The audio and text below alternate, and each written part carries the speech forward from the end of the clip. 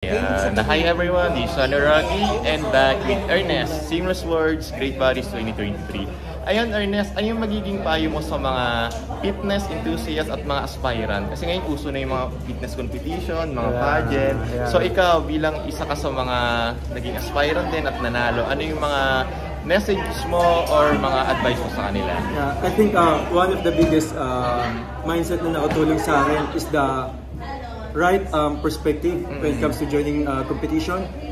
For me, I joined this competition not to compete with everybody, but to compete with myself and to improve myself and be better. So hindi ko inisip na mananalo ako. Ang inisip ko, ano yung mararating ko kapag binigay ko yung lahat ko dito sa event na to.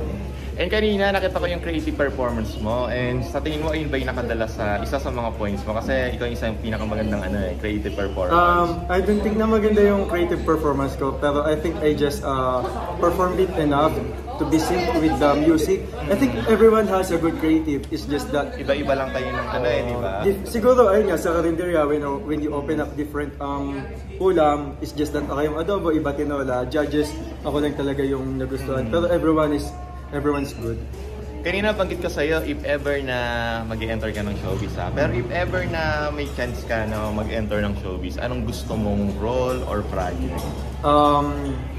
Siguro kahit ano, I think kahit ano, kasi I believe on being adaptability, meaning kung anong kailangan ng director dapat pwede ka.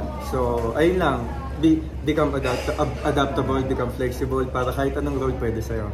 How about actresses? Meron ka bang gustong makatambal? Oh yeah, it's all about professionalism. So as long as everyone is professional, we can achieve what the director wants.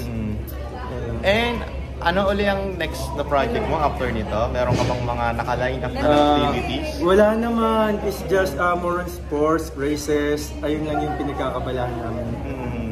And ito nga pala, di ba yung sabi ko nga kanina, yung work natin as software engineer is medyo mahirap. So ikaw, paano mo nababalance yung, kasi yung pag-workout medyo mahirap din medyo physical rin yan tiredness. Tsaka yung sa atin, sa software engineer is pag-iisip naman. So ikaw, saan ka mas nahirapan sa dalawa?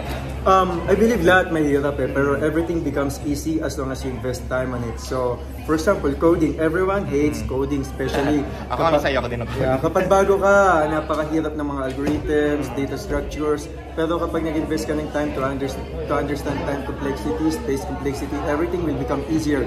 It's the same with fitness. Lahat mahirap, but if you try to understand the basic of macronutrients, the calories, everything will become easier.